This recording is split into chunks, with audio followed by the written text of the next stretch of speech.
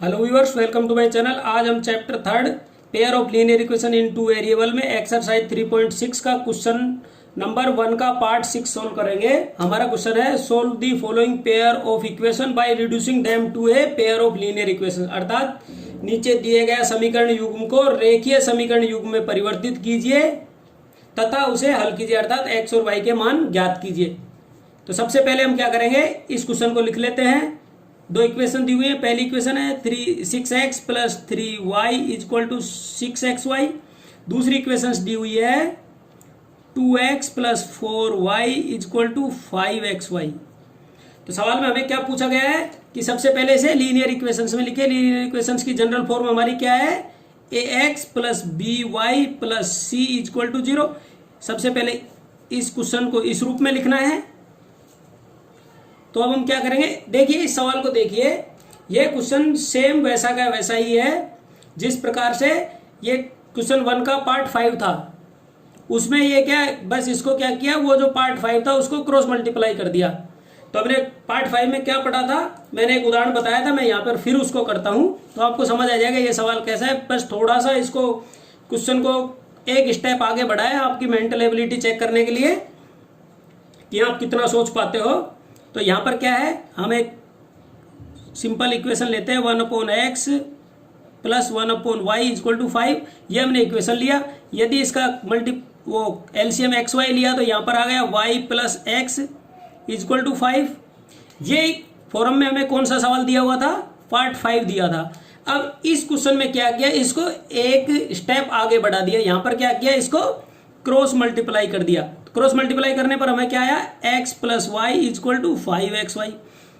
इस फॉर्म में हमें ये वाला सवाल दिया हुआ है।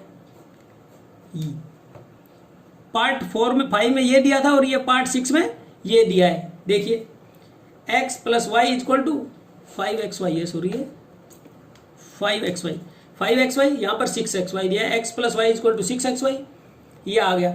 ऐसे सवालों को क्या करना है, या तो हमको वापस इस फॉर्म में बनाना है। इस फॉर्म में बनाने के लिए क्या करेंगे, इसे क्रॉस मल्टीप्लाई कर देंगे। क्रॉस मल्टीप्लाई किस प्रकार करेंगे, इसके नीचे 1 रख देंगे, इसके नीचे भी 1 रख देंगे। अब क्रॉस मल्टीप्लाई करेंगे, एक्स वाई को इधर की तरफ ले आएंगे, 5 को यहाँ पर ही छोड़ देंगे। तो हमारे पास क्या आ जाएगा, x plus y upon x y is equal to 5। ये वाली फॉर्म हमें फिर मिल गई। यदि क्रॉस मल्टीप्लाई करेंगे तो हम इस सवाल को या तो क्रॉस मल्टीप्लाई कर लेंगे 1 अपॉन रख के डिनोमिनेटर में, या दूसरा तरीका क्या है, हम क्या करेंगे, इन सवालों को दोनों साइड से 1 अपॉन एक्स वाई से मल्टीप्लाई कर देंगे। जब भी हमें वो वाली फॉर्म प्राप्त हो जाएगी तो अब हम यहाँ पर क्या करेंगे, मैंने आपको ये समझाने के लिए बताया, बड़ा आसान है, बस थोड़ा सा चेंज किया है आपको कन्फ्यूजन करने के लिए कि आप कितना सोच पाते हो। तो हमें कन्फ्यूज बिल्कुल भी नहीं होना है। हम शुरू करते हैं। यह क्या लिखेंगे, multiply both equation 1 and 2 by 1 upon x y. 1 upon x y से दोनों इक्वेशनों को मल्टीप्लाई करेंगे। तो मल्टीप्लाई करने पर हमें क्या मिलेगा, देखिए मल्टीप्लाई करके देखते हैं। This implies 6x plus 3y is equal to 6xy। ये हमारी इक्वेशन 1 है। इसको हमने 1 अपॉन एक्स वाई से मल्टीप्लाई किया। इसी प्रकार ये इक्वेशन है 2x plus 4y equal to 5xy। ये इक्वेशन हमारी 2 है, इसको भी 1 अपॉन एक्स वाई से मल्टीप्लाई किए करेंगे। मल्टीप्लाई किया, इसको और सिंप्लीफाई करेंगे तो हमारे पास क्या आया, 6x 1 अपॉन एक्स वाई से मल्टीप्लाई किया तो क्या, x y plus 3y upon x y is equal to 6xy upon x y. ये इक्वेशन 2 के लिए, इसी इक्वेशन 1 के लिए, इसी प्रकार इक्वेशन 2 के लिए 2x upon x y plus 4y upon x y is equal to 5xy upon x y. ये आ गया। अब यहां पर देखिए x नोमिनेटर में भी है, डिनोमिनेटर में भी है। तो न्यूमरेटर और डिनोमिनेटर में x कैंसिल कर देंगे। इसी प्रकार यहाँ पर y से y कैंसिल हो जाएगा, यहाँ पर फिर x से एक्स वाई से एक्स वाई कैंसिल हो जाएगा, यहाँ पर x से x कैंसिल हो जाएगा, यहाँ y से y कैंसिल हो जाएगा, यहाँ एक्स वाई दोनों कैंसिल हो जाएंगे।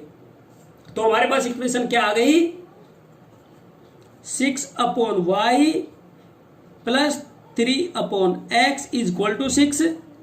इसी प्रकार इक्वेशन 2 हमारे पास क्या आ गई, 2/y plus 4/x equal to 5। ये हमें इक्वेशन प्राप्त हो गई। अब ये सवाल देखिए बिल्कुल ऐसा बन गया जैसा इस एक्सरसाइज में क्वेश्चन नंबर 1 का पार्ट 1 था। तो उसमें हमने क्या किया, बिल्कुल सिंपल हो गया। अब हम यहाँ पर क्या करेंगे, यहाँ पर हम अज्यूम कर लेंगे, क्या अज्यूम करेंगे, let assume 1/y equal to p and 1/x equal to q। अब p और q की वैल्यू को हम इन इक्वेशंस में पुट कर देंगे। तो यहां पर हमारे पास आएगा 1/y का मान क्या हो गया, 6 into p plus 3 into q equal to 6। ये हमारी इक्वेशन 1 आ गई। इसी प्रकार 2 इंटू 1/y में हमने क्या माना है, p। इसी प्रकार 1/x क्या माना है, 4 इंटू q इक्वल टू 5। ये हमारी इक्वेशन 2 आ गई। इसको हम इक्वेशन 1 और 2 के रेखीय समीकरण के रूप में लिख लेते हैं, अर्थात ब्रैकेट को हटा देते हैं। तो ये आ गया 6p plus 3q equal to 6। ये हमारी इक्वेशन 1 है। 2p plus 4q equal to 5, ये हमारी इक्वेशन 2 है। इस प्रकार हमें ये दोनों इक्वेशंस मिल गई 1 एंड 2, अर्थात हमने सवाल को क्या किया, लीनियर इक्वेशन में कन्वर्ट कर लिया। यदि हमने इसको लीनियर इक्वेशन में कन्वर्ट कर लिया तो अब क्या होगा, हमारे पास क्या है, अब इनमें देखते हैं किसी एक इक्वेशन को यदि किसी कोएफिशिएंट से मल्टीप्लाई करते हैं और उसमें एक वेरिएबल एल्जेब्रिकली इक्वल हो जाता है तो हम इसे एलिमिनेशन मेथड से करेंगे। यदि दोनों इक्वेशन को हमें किसी कोएफिशिएंट से मल्टीप्लाई करना पड़ेगा तो हम उस मेथड को छोड़ देंगे, हम इसे सब्स्टिट्यूशन मेथड से सोल्व करेंगे। तो यहां पर देखिए इक्वेशन 2 में 2p है, यदि इसको 3 से मल्टीप्लाई किया जाए तो इक्वेशन 1 में 6p है, ये भी इक्वेशन 2 भी 6p हो जाएगा। तो आसानी से ये सवाल सोल्व हो जाएगा। तो हम यहां पर क्या लिखेंगे, बाय एलिमिनेशन मेथड, अर्थात विलोपन विधि से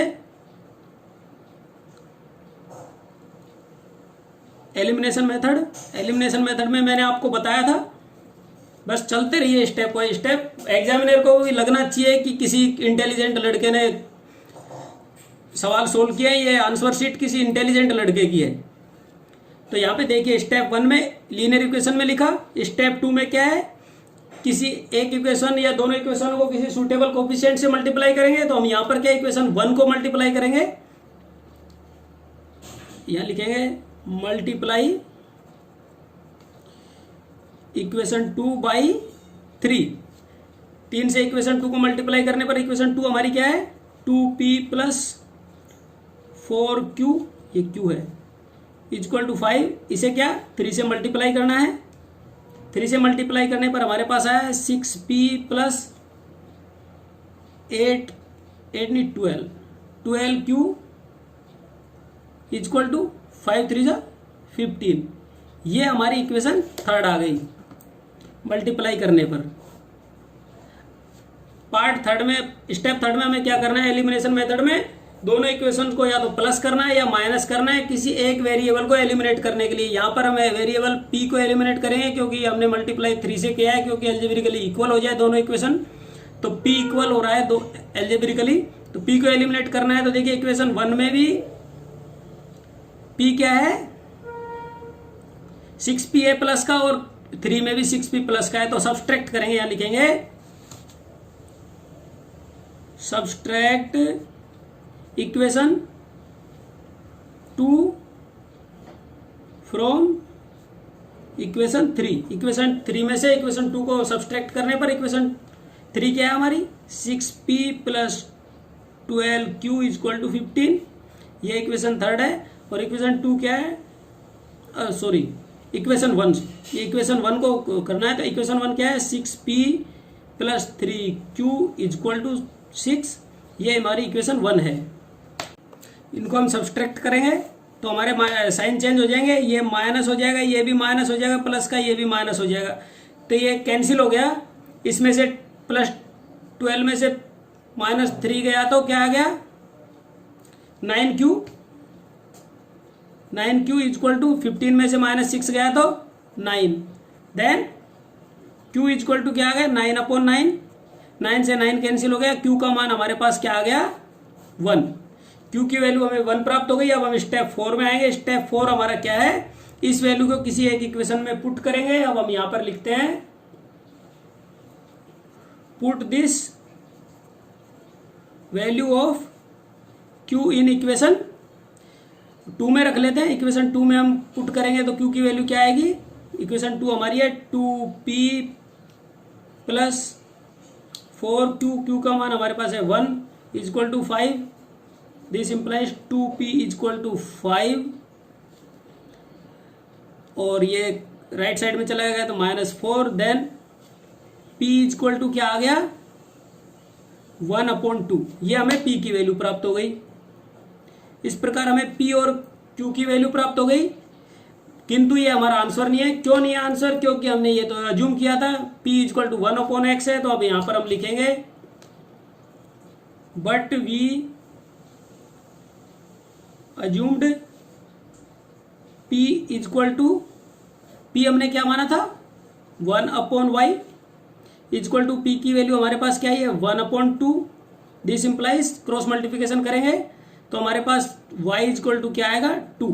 y की वैल्यू हमें यहां पर 2 प्राप्त हुई। ठीक इसी प्रकार q को हमने क्या अज्यूम किया था 1/x और q की वैल्यू हमें क्या प्राप्त हुई है यहाँ पर 1। क्रॉस मल्टीप्लिकेशन करेंगे तो x इज इक्वल टू क्या आएगा 1, तो हमें x की वैल्यू भी क्या प्राप्त हो गई 1। इस प्रकार हमने ये सवाल को सोल्व कर लिया, हमें x और y की वैल्यू प्राप्त हो गई। अब हम यहां पर लिखेंगे hence solution is x is equal to 1 and y is equal to 2। यही हमसे पूछा गया था कि दिए गए समीकरण को रेखीय समीकरण में परिवर्तित कीजिए तथा इसमें x और y के मान ज्ञात कीजिए अर्थात सोल्व कीजिए। तो ये हमारा आंसर आ गया साथियों। यदि मेरा यह वीडियो आपको अच्छा लगा तो इसे एक बार लाइक और शेयर जरूर करें। Thank you.